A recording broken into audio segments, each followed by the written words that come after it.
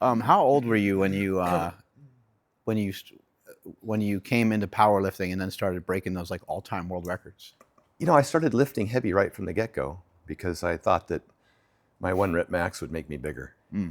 I always said that you know, lifting heavy weights doesn't necessarily make you bigger, but there's some nuance to that. The 1 to 3 rep stuff doesn't really add to hypertrophy. But I always thought the stronger I got, the bigger I would get. Which can be true because you can handle more weight for the weights get easier. The submaximal weights get easier for bodybuilding, but you don't need to push it that far. Remember, we would go in and we'd max out. Yeah, and that's every Monday was max. You know, you go and you'd work up to a 1 rep max. Yeah, and then you'd probably do a little bit of volume, but it took me a long time because remember I was 135 pounds. I couldn't bench 135.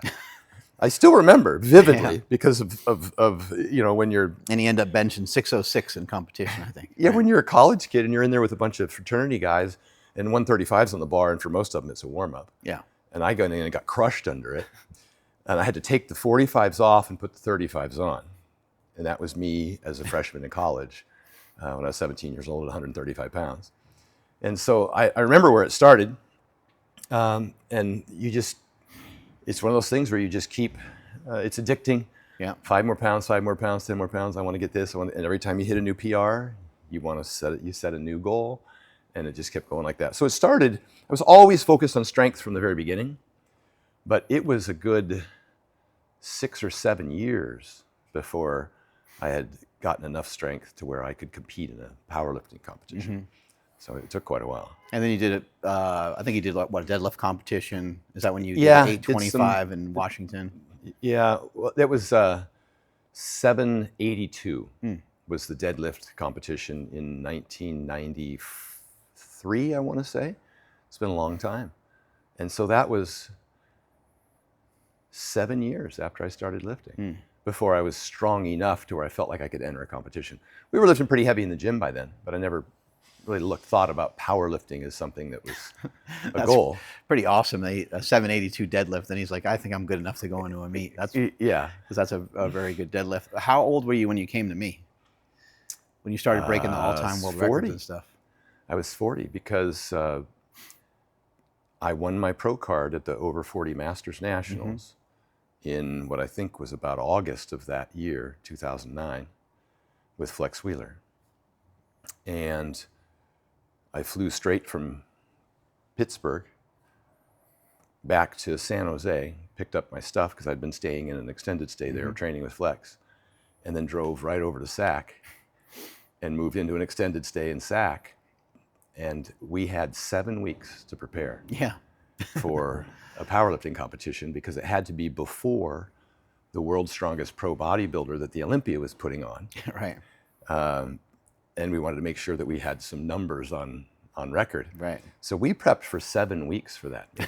When I think about it, and from the starting point of being, you know, whatever it was, 5-6% body fat on stage competing as a bodybuilder, and we were kind of behind the gun as far as, you know, we weren't even in the normal off season.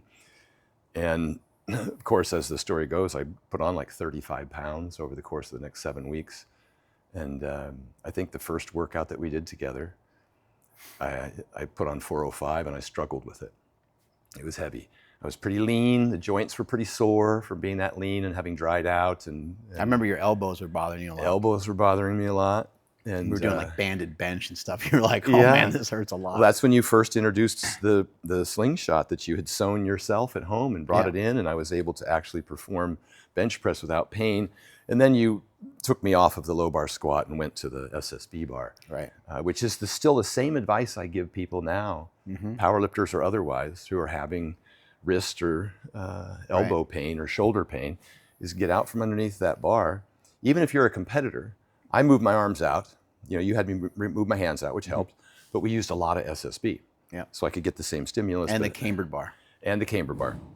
And then we used the slingshot and we did some floor presses, which also helped with feeling the load, but without having that compression down here. And so I had done a meet earlier that year, as you recall. That was where you first had seen me. It was in Sacramento at a different gym, a different federation. And if you watch the video of that meet, you could just do, I think, Stan Efferding 2070 was my total. And that was in like February, I think, of 2009. But if you watch that meet and I bench press and rack it, I sit up and I'm going like this. I'm holding onto my elbows because they hurt so bad. And the squat was a low bar like this. Right. You had me bring it up a little bit higher, and you had me bring my hands out. So although I had to balance the bar a little better, I didn't have all the soreness. And so that was a 550 bench in February. It was a 765 squat with the low bar position. And then when I worked with you, you made those changes. I just told this story recently again. I talked about it with Vigorous Steve. I talked about it with Derek from More Plates, More Dates. And more recently, I just talked about it again. I was talking about my strength in the early 90s as compared to my strength in 2009, 2010. And I said the most significant difference between those two times was the changes that you made with my form and my training. A lot of people wanted to claim that the difference is that I was using more performance-enhancing drugs during that time, and I most certainly was. But I made the comparator that I didn't deadlift much more. Right. I deadlift 782 on 2 cc's of Sustanon a week, and I deadlifted. Well, I think I did 799 at your first meet or something like that, and then an 804 within 20 pounds on 3 grams of testosterone. Yeah. So, or thereabouts, or total performance enhancing drugs. So I was, the point of the conversation was that people pull that lever hardest when there's all these other things that matter. And people will attribute, and Ronnie Coleman said the same thing. He said he got a lot bigger, but didn't get much stronger when he started increasing his dosages. And it's just to help younger athletes know that they're going to get very little additional benefit from continuing to drive those doses up and up and up, but they're going to get a whole lot of side effects and potentially, the metabolic syndrome and blood pressure and all the things that we struggled with over the years. But the point of the conversation wasn't using versus not using, or more versus less. The point of the conversation is that at some point it's enough, and you're probably not going to get significantly more benefit. You get diminishing returns, but you'll get a whole bunch of adverse effects. But people freak out on the internet every time they hear a 60-second clip. I remember when you were asking me, you're like, okay, what do I need to take? Like, as if you were like going to write it down. You were like really ready to like learn. What am I going to take for strength? I was like testosterone and DECA, and then when the meet gets closer, you'll take some D-ball. That's exactly what we did. You're like, oh, okay. Okay, yeah, it's exactly what You're we like, did. that's a little less complicated than bodybuilding. Yeah. So I obviously, some things changed in terms of the performance enhancing drug use. It's just in terms of quantity, but there wasn't any special magic, like you said. Right. It was just, and I said that years before in a video. I had said that a big bodybuilder that I went to in the early 90s had told me, look, if you're not going to grow on test and D-ball, you're probably not going to grow. Right. It doesn't need to be any fancier than that. But the point of the conversation is that, some of these younger guys just think that that's the only lever to pull. It's just, I'm just going to use more stuff. Sure, to a point, but there's a whole lot of other things that matter. And we focused a lot on nutrition, sleep, obviously the technique changes. When you came to me from Flex Wheeler, you came to me like in incredible shape, like incredible condition. Yeah. Because you were doing 10 sets of 10, like twice a day or some. It was more than we needed to do. Flex had us doing 4 exercises, 4 sets of each. So we do 16 sets per body part. We would do chest in the morning and shoulders and tries at night, and then we would do quads in the morning and hamstrings at night. 16 sets, 4 sets of 4 different exercises, which I think today is way more volume than we needed. Right. And that's nothing you could recover from in the absence of performance-enhancing drugs. There's just no way. And it's unnecessary. It's part of what we should go over today when we're training. I wanted to talk about a lot of what I do now and a lot of what my clients do now, particularly those who have aged or who have other priorities in life, family and work and all the other stuff. The kinds of programs that I design for them, they still want to get bigger and they still want to get stronger. I have a 71-year-old guy who wants to put on 10 pounds of muscle. Shit. And he's been lifting for 40 years. I'm like, that's a tall ask, But then I started looking at his program, and he did a lot of the stuff that we used to do back in the 90s. A lot of volume, a lot of junk volume, probably too much frequency, or probably too much volume, but not enough frequency. But we can go over some of that today on the programs I design. What's important when someone's a little older? The biggest thing is fatigue, recovering from the workout, because you don't grow in the gym, right? Right, yeah. We always used to think you built muscle lifting weights, but you don't grow in the gym. You just, hate to even say break muscle down, you just create the stimulus because you don't grow from muscle damage either, breaking muscle down. So it's just a stimulus. And so I design in more growth days. To me, the off days are growth days. And this guy was training 6 straight. He was doing push-pull legs, push-pull legs. I'm like, when are you growing? I see a lot of muscle tissue breakdown. He wasn't even doing, he was training 6 days a week, but he was doing the bro splits. You've told me that a bunch of times when you looked at my blood work, you're like, you're overtrained.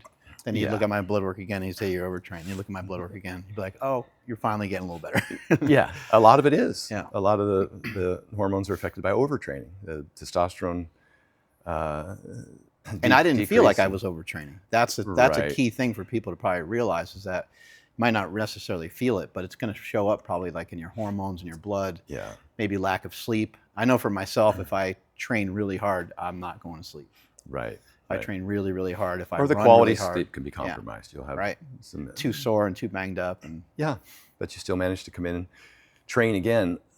I misspoke, because the 71-year-old guy, and this is, I'm speaking about him specifically, but it's reflective, generally speaking, about the kinds of programs that people implement as they age that aren't terribly effective.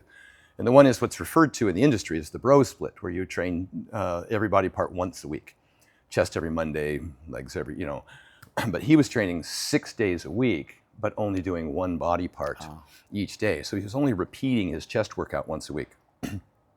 I don't ever remember a bro split being what was utilized by the bros. When I was coming up in the early 90s, I used to travel down to Gold's Venice, and I would visit and hopefully talk to and ask questions of the people that were down there training at the time. All of them trained every body part twice a week. Most of them trained on splits. They generally did a 3-on, 1-off, but a lot of them would just do a 6-on, 1-off. Push-pull legs, push-pull legs. And I just mentioned, I don't think that's optimal, but they were training more, not less, in terms of frequency. And so one of the important things to understand about the optimal stimulus is that when you get in the gym and you do a workout, and you'd say for chest, you only experience hypertrophy for about 48 to 72 hours. After that time, you have atrophy. Now, the rate of that is kind of dependent on the sufficiency of the stimulus, but also it can be based on hormonal status. People on testosterone will have less decline or less atrophy over the course of the week. But so you want to get another stimulus 72 hours later. So probably the most important thing after compliance, I would say compliance is a science, after consistency, because you can't just train every now and then, once a week, every week, I'm on, off. After consistency, probably the most important thing is the frequency. You should train every body part twice a week. And then behind that is probably going to be effort. How close to failure are you getting? Are you lifting hard enough so that you're doing maximal muscle fiber recruitment so you can create a stimulus? If you do 10 reps and you could have done 20, junk volume, not a sufficient stimulus, you're not going to grow from that. So after consistency and frequency, twice a week, maybe as many as 3 times a week, we can talk about that. It seems like you don't need much if you're just trying to maintain. When you get to be like our age and you're not necessarily, like I don't think you and I are thinking that we're going to grow any further, although maybe we could push it and try to figure out a way to do it. But yeah, now this gentleman in particular, and a lot of people that come to me, whether they're competitors or not, still want to gain. Right. You can maintain on probably 1 workout a week doing 2 sets per body part. You can maintain, there's no question. And that's the kind of workouts that some people who, maybe they're at the level of fitness that they want to be, and it's just a distraction for them in terms of time and ability. That's fine. Most people who go to the gym, they still want to feel as though they're getting something out of it. They still want to make gains either in strength or size. And so the twice a week becomes really important. Significantly better than once a week. And then if you go to 3 times a week, maybe just a little additional benefit if you can manage fatigue. So we've got consistency, we've got frequency, we've got effort. And effort's just how close to, within a rep or 2 of failure is really all that is. Does the bar tempo slow down at the end? Do we need all the agonizing faces and stuff that you see? Kind of. That's kind of how I know. know. Little yell, little noise. That's kind of how I know whether you yell or not. although we do have some significant amount of research that shows that yelling or getting angry or swearing or king of yelling, we do get an improvement in performance as a result. Those are little things. Those are little things. And we talked today about the optimal warm-up to improve performance as well. So there are certain things that you can employ to get one more rep, which at the end of the day, like even when we're talking about creatine, you know, I don't think it's magic. I've talked before about how it's you know, a little better than nothing. But if it gives you one more rep, it's the compounding nature of that over time, the cumulative effect of that one more rep. And, yeah, but we've never been like, oh my God, I think that dude's on creatine. No, that'll never happen. But the point being is that the effectiveness, the stimulus of the workout is the primary driver. Because if you go in and just do what you've always done before, you're not going to get any gains. And a lot of people don't realize that. I was in Cincinnati with Matt Whittemer at Beat Training just last week, and I would watch a bunch of the people in their training, particularly the women, and it's not to knock on women in general, because they generally are more disciplined and work harder than men if they're under proper coaching.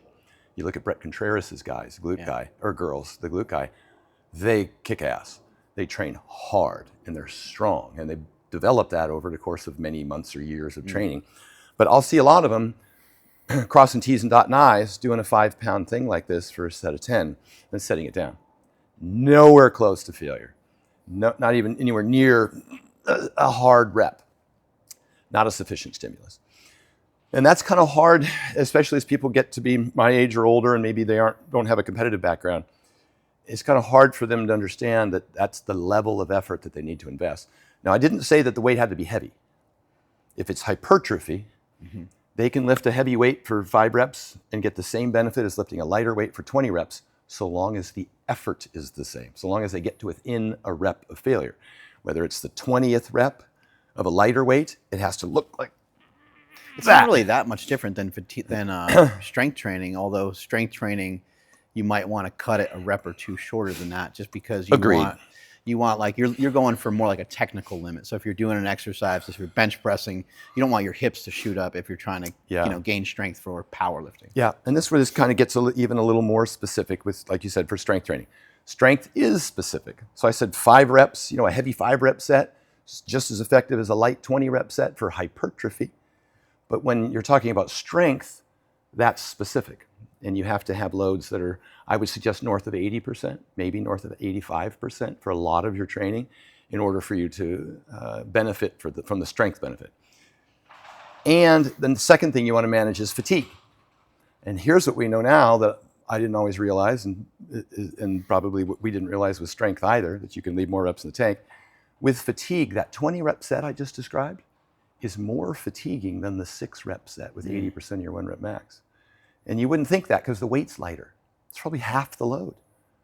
But it turns out it's actually more fatiguing, because fatigue is a combination of a number of things, and we're still fuzzy on what actually causes DOMs. Buildup of waste and stuff like that. There's some energy system. There's metabolites, central nervous system. Of course, there's the eccentric loading component where you do get some damage to the muscle fiber. I guess if you did 20 reps really light, then maybe not. But if you did anything 20 reps within a rep or two of failure, is going to have the metabolite accumulation. Makes sense. Yep. And some of that's calcium ion, some of that's hydrogen ion. A lot more eccentric work is thrown in there. Eccentric work, and the eccentric work is what leads to muscle damage. What we know that the muscle damage isn't what drives hypertrophy now. We used to think that 10 years ago. It's just mechanical tension. It's not metabolic stress, the pump, and it's not muscle damage. Because we and I, well, I say we, you'd be fine. If you went out and jogged 5 miles, you probably wouldn't be sore tomorrow. But if I went out and jogged 5 miles, I'd be hella sore tomorrow. But I wouldn't have done anything to stimulate hypertrophy or strength from that bout. So it's not a marker. Or I say it's a marker, not a maker. It's a passenger, not a driver of hypertrophy and strength, the muscle damage. So now, in knowing that you want to minimize fatigue because your hypertrophy stimulus is only going to last for a few days, right? But DOMs can last for a week.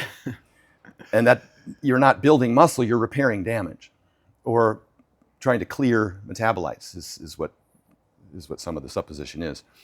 But that doesn't mean you're building muscle. All you're doing is filling the hole in that you dug. you're not actually experiencing. Would you maybe agree that like maybe no matter what you're doing, you're trying to figure out ways to like manage fatigue within a reasonable 100%. way, right? Whether you're bodybuilding or powerlifting. Seems like bodybuilding, you want to chase after fatigue a little bit. Like you and I might go back and forth, and we might have a minute rest in between the set. But we don't want so much fatigue that we can't do the set. We don't want so much fatigue that the 40-pound dumbbells then turn into 30s. Not to say that that workout would be worthless, but it might be invasive towards what we're trying to do. Yeah, what you just described, the 1 minute rests, will increase fatigue, but be less effective in terms of the hypertrophy stimulus. Because as mentioned, metabolic stress is not a driver of hypertrophy. And the 1 minute rests would probably give you more metabolic stress, maybe more like 2 minutes more rest blood again. flow. So now we do have research that suggests that 2 minutes rest is better than 1 minute rest. So the old guy at your gym that's just sitting there with his giant bag, and he's got the chalk and the baby powder, and he just talks to people all the time. That guy that guy's got it right. He's got it right. He really does. Coupling all this together. So what you just talked about was rest periods, and then there's tempo. There's a whole list of things that we're trying to go down here to optimize for the best outcome. 2 minute rest is better than 1, sometimes 3 minutes on leg exercises, or 4. Dorian used to say that it would take him 3 or 4 minutes to remember his name after a hard set of hack squats. And so the rest periods are important. And I guess the biggest thing is that since the mechanical tension is the primary driver of hypertrophy, and with shortened rest periods, a whole lot of other things happen. Did your central nervous system recover in 1 minute? Probably not. Does your creatine phosphate stores recover in 1 minute? Probably not. Did you clear the hydrogen ion or lactate, clearance? Did that occur in 1 minute? Probably not. So if we went out and we banged out a hard set of 20 dips, rested 30 seconds, the next set would probably be 12. Right. So you're better off taking a longer rest so that each subsequent set has somewhere near the same repetitions as the first set. It's going to be a decline, but not a precipitous decline. So the goal is to do as many reps with that same weight as possible. And then maybe at some other point, maybe over the course of a few weeks, maybe you are trying to shorten that time a little bit so you can be possibly, but it's not to have that as another stimulus. Being fit is different than a hypertrophy stimulus. Got it. So now we want to separate what's your goal with weightlifting, and if you're an athlete, that's a completely different stimulus. I try not to combine. This always happens with the UFC fighters, doing burpees in between doing dips. Yeah, they want to work real fast. They want to do a lot of drop sets. They want to take 30-second rests, and so it's really hard. Sometimes you can speed up the workout by doing antagonistic, what we call synergistic workouts. You do a bench, rest a minute, do a chin up, rest a minute, do a bench, so that now you've got 2 or 3 minutes between each bench. Although if it's heavy enough, your central nervous system is still the common denominator that's being affected by both exercises. But we have seen some research now showing you get pretty equivalent outcomes supersetting antagonistic body parts, resting between them, and you can shorten the workout because, as mentioned, some of these people that being in the gym for 2 hours isn't an option. They've got families and careers and what have you. And the more you can design a program that they can adhere to is, again, compliance is the science. And if they can't go to the gym because they don't have an hour and a half, then likelihood is they'll go skip the workout, and now you're affecting your frequency. And so all of these things kind of play into what's the best split. Everybody wants to know, what's the best split? What's the one you can adhere to on the schedule that you can consistently go in? We could talk briefly about the 2 splits that I kind of recommend now, especially for busy professionals or even for people who really want to get big. It's either a full body twice a week or 3 times a week, Monday, Wednesday, Friday, or Monday, Thursday. Or it's an upper lower, day off, upper lower. So you're training every body part twice a week, and maybe the weekend off. You can extend that into an 8-day window or a 6-day window, training everything in 8 days or 6 days, making some slight variations. 2 on, 1 off, 2 on, 1 off, 2 on, 1 off. Will give you a 6-day repeat. 2 on, 1 off, 2 on, 2 off is a 7-day repeat. Or you could do upper day off, lower day off, upper day off, lower day off. That's an 8-day repeat. So somewhere in there, there's some flexibility. Although I would keep trying to pinch it down as long as your fatigue isn't too high and you can recover. And how do you know if your fatigue is too high? You're not progressing. And that kind of gets us to the next piece of the puzzle in terms of the hierarchy of importance for things that you need to consider. Compliance or consistency, frequency, effort. We talked a little about load. We talked about rest periods. Getting close to failure, yeah. Getting close to failure. And then... when it comes to, you were talking about doing full body. I think what I've noticed, I don't really particularly set out to do anything because I don't really ever follow a program. I just kind of lift. Yeah. And I make the gym my playground because I think once you know the rules, then you can kind of start to break them a little bit. Agreed. But like I might do like lateral raises and then do some lunges, and then I might do like a belt squat, and I might do like a chin up, and then just kind of repeat and go through that cycle, multiple times. And it may or may not make sense. If I was to show it to you, you'd be like, I don't know how much sense this makes, but it's something that I enjoy. It's something that's fun. But the other thing I get from it by doing full body is I don't get that sore. Yeah. So something might be kind of sore. Might be like, oh man, my chest is a little tight. My legs might be a little sore, but not the soreness that you get when you do legs day and you do set after set after set, and your legs just feel like they're bleeding during the workout, and then you can't get up your stairs. Let's touch on a few things that you just said there. One was it was fun. You do the work, you do what you want to do when you want to do it, and it's fun.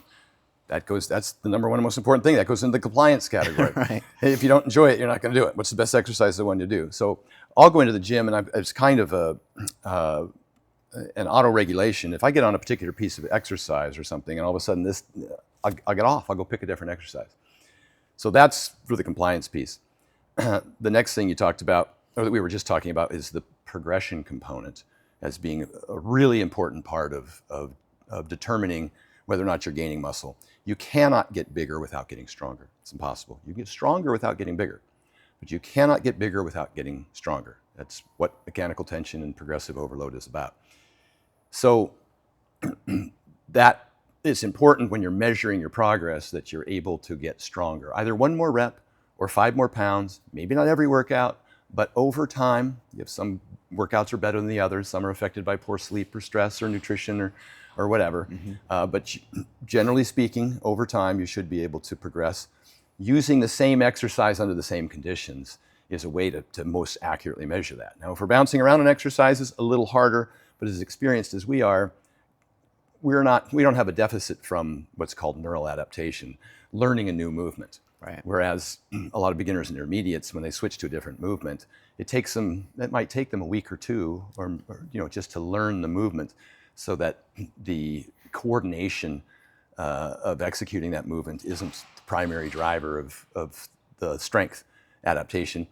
And once you get through that neural adaptation, that coordination of learning the movement, now you're into, can I progress this by adding 1 rep or 5 pounds? I usually start in the 5 or 6 rep range on an exercise. I know people, as they get to be my age or older, are like, oh, I can't lift that heavy, I'll get hurt. If you slow the weight down and you don't bounce out of the hole, you'll find, and you warm up correctly, you'll find that those heavier loads are still manageable without causing pain. Or if you find exercises that really isolate that muscle instead of the multi-joint movements, then you can use heavier loads because there's less factors involved. Like a squat, a heavy 6-rep squat, probably something that would hurt most guys my age or older. But a heavy 6-rep leg extension, if properly warmed up, can give you a fantastic stimulus, give you both the benefits without the downside of the injury potential. And not your back being all tight and not feeling great the next day. Yeah. And you said one other thing there that was important, that if you do that leg workout and you're all sore and all of that, a lot of that has to do with volume. Now we're finally onto the volume discussion and how that contributes to fatigue. You don't have to do a ton of sets to get a sufficient stimulus to grow. Matter of fact, 2 sets, as Dorian did throughout much of his career, he would do 2 top sets on a particular exercise. And the benefit of that is you have less fatigue. If you get X benefit from the first set of a hypertrophy workout, the second set is going to be 50% of X. Not nothing, but significantly diminishing returns each subsequent set. So there comes a point at which, I think that point is north of 5, sets for a given body part, 5 sets for chest in a chest workout, let's say. You get north of 5, you're accumulating significantly more fatigue for the stimulus that you're getting. Diminished returns, and now how long does that fatigue or DOMS last that might prevent you from doing another chest workout 72 hours later to take advantage of that hypertrophy-atrophy cycle? And so you can see where I'm headed with this. Volume is the one component, is the one key component that we can adjust to minimize fatigue to allow us to have more frequency. Volume's something you have to build into over time, and I don't think that volume is progressive. It is a variable for progressing. Although you see some higher volume workouts give you a little bit more results, the curve is asymptotic. High volume might be like, what, 5 sets of 10 or something like that? And well, it might be the difference between 10 sets a week and 20 sets a week for a given body part. That would be a volume difference. And we have some research that shows even 30 sets a week gives you better results than 20, and 20 gives you better than 10. But they're minimal, and the research is confounded by a number of different variables. One, it's usually beginners. 2, one of the big problems is when they're measuring the results from these studies, they measure them within 72 hours of completion of the study, and you still have swelling and inflammation and water retention. So that's kind of confounded. And the other huge problem with this is everybody who gained size with more volume also got stronger. So what's driving the growth? Is it the strength or the volume? And that's what I'm talking about when the progression is so important. You can't get bigger without getting stronger.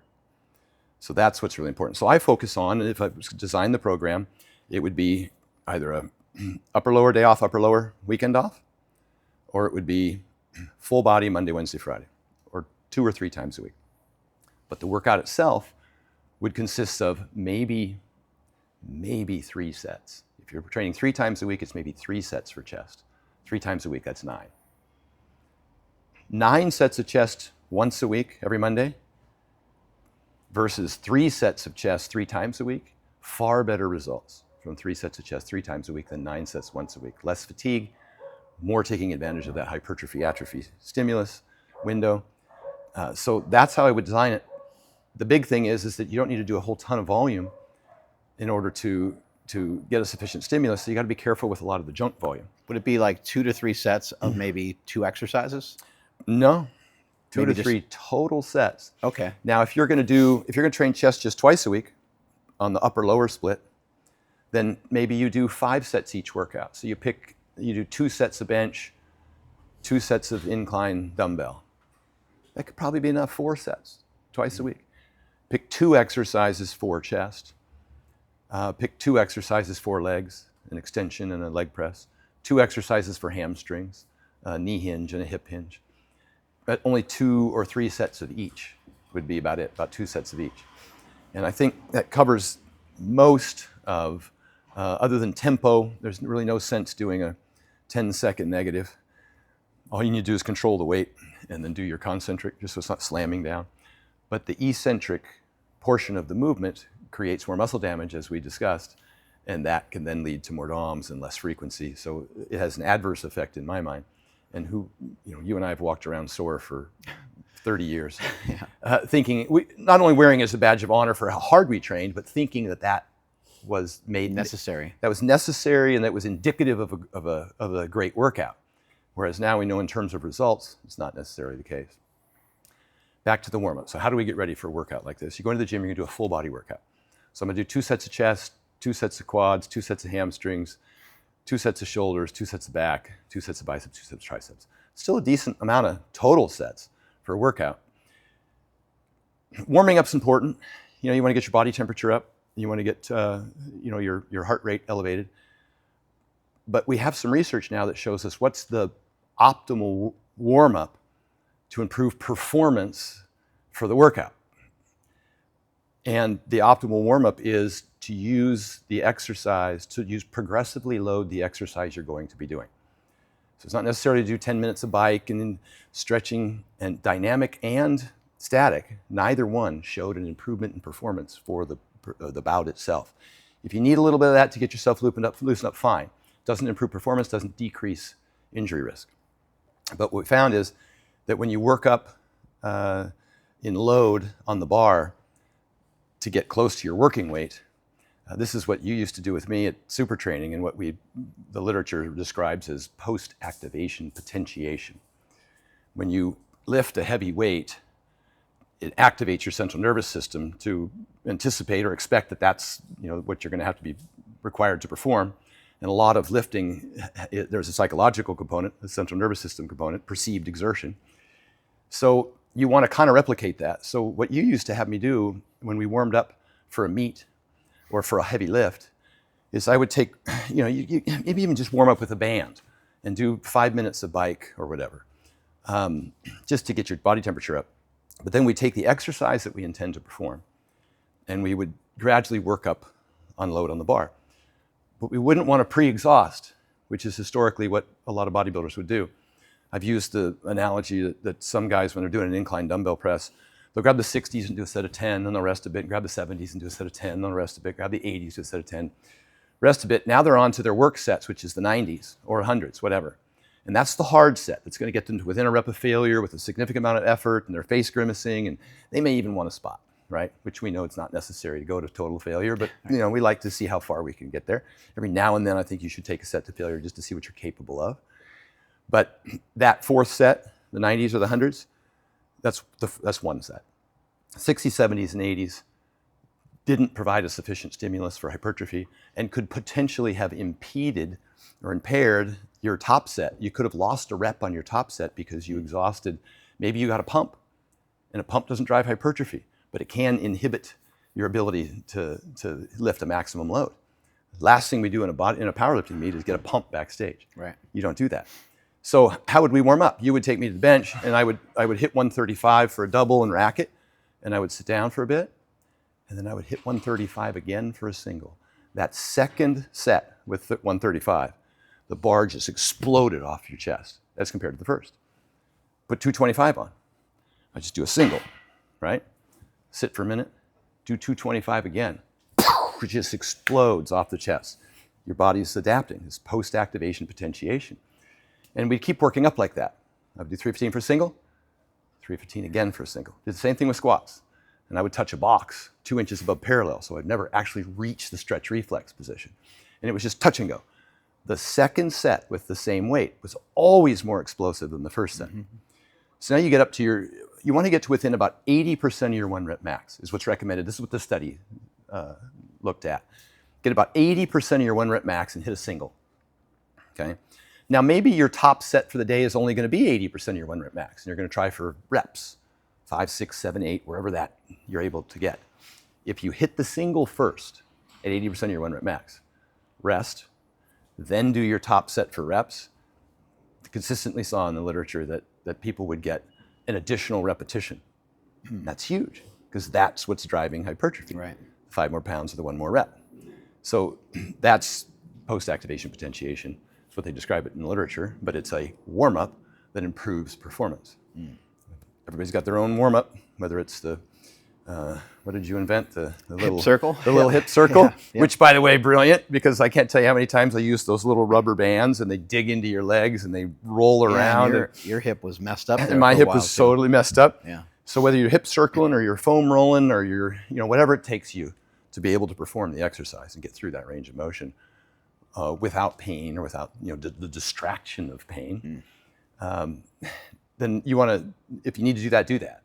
But the actual performance benefit is going to come from that post-activation potentiation. So that's how we warm up. So how now, if we've got a whole body workout for chest, back, do we re-warm up every single body part?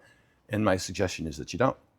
Should be ready to go, yeah. We hit a light bench, go over here and hit a light back, not a lot of reps, 1 rep. And then go over there and hit a leg extension, 1 rep. And I just keep kind of circuiting through the gym, and I'm warming up my whole body, I'm warming up my central nervous system. And then the order doesn't matter to me. But I know I've got to do 2 sets for chest, 2 sets for quads, 2 sets for hammies, 2 sets for back, 2 sets for shoulders. I don't care what order that's in. And I know they have to be, for me, it's going to be a top set of 6 reps. That's going to be a heavy load. So my warm-up is going to have to require that I gradually progress all those. So I just kind of go around the gym hitting 1 set, adding load every single time. These sets don't count. I don't want to do a ton of reps. I don't want to pre-exhaust myself. I don't want to get a pump. And then when I'm finally ready or my body's ready, and some parts get ready before others. My biceps will get ready really quick, and I can go hit my top set of biceps, top 2 sets of biceps long before I ever reach my top set of leg extensions. Because leg extensions, I've got to go all the way up to really heavy weight. But eventually, I've got 2 sets for every single body part in, and I'm doing just top sets. So that's how I warm up. That's how I do the workout. It saves me time. It gets me the most efficient stimulus. It creates less fatigue because I'm not doing too much volume. I can do it with more frequency and take the advantage of the hypertrophy-atrophy cycle. That to me is the best currently program that you could design for someone. I think a lot of that applies to most people, but certainly for those in our age group or older, I think that's the ideal program. Now, I know that was rather lengthy, but there's just so many components to it. What do you think about, is it smart to utilize some of the methods that have been utilized by like a Jay Cutler or Lee Haney or Dorian Yates? I believe all 3 of those guys, in addition to a lot of others, have utilized a pre-exhaust, which kind of sounds like it counters some of the stuff that you said, but it really doesn't. It actually more falls in line, because what they're trying to do is they're trying to use fatigue to their advantage, like get themselves to a pre-fatigue state so that they can pour everything into that one hard set. I think you did it with Flex Wheeler as well, where you did leg press, leg extension back and forth, but maybe you did too much. Yeah, you're saying 2 things at once now. Now, first of all of those guys that you just mentioned were huge. When Jay Cutler was 18 years old, he was massive. He said he didn't really gain much weight from 18 to 35. Right. He was just refining his physique, and he was improving weaknesses, because his legs at 18 were just ridiculous. Yeah. So, and he used to squat. He used to squat 700 pounds when he was 18. It got to and same with Dorian. It got to the point where it became injurious, and he was loading a lot of structures. They needed to figure out a way to lift less almost. That is where they started implementing you call it pre-exhaust, but really they were just doing a different exercise, like a leg extension, that wouldn't subject them to injury with the huge loads of squatting. It's almost like a warm-up, but they had so much volume under their belt, it didn't necessarily impede the fact that Jay Cutler would still use 4 plates and bury all of them perfectly. Plus he had the strength to do like 700-pound squat. They both did 2 things. And I wouldn't even necessarily call it a warm-up, because they were doing the leg extension 2 within a rep of failure. So it was an actual, workout. And then the type of squat they did change. So now, yes, they were pre-exhausted. The exercise you do first in your workout is usually going to give you the best results. Let's pause for just a second. Sorry. I did, I misspoke. So what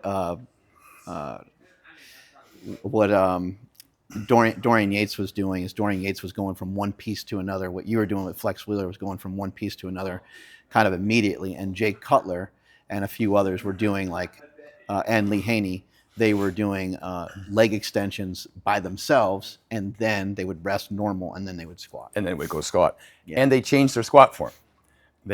First it was for how much load they could take, and then some of them even went to Smith machines. And then it was more of a straight up and down. And that was because their knees simply couldn't handle those loads consistently anymore. And so Jay would squat at the end of a workout when he had already almost completely wiped out his legs. And it's probably more volume than is necessary and more load than is necessary for most people. And I think that a lot of what the professional bodybuilders and I was able to do in terms of maximum recoverable volume was a result of performance-enhancing drugs. And so not only was it unnecessary, but it's impossible to recover from those kinds of workouts for a natural athlete. And so I think we did a lot of things based on ego, based on our perception of what, how much hard work contributed. And how bad it feels. Like it feels terrible when you do that. It feels terrible. I mean, I bragged about the fact that I would get cramps in the middle of the night, and I would have to walk upstairs one step at a time, holding onto the railing.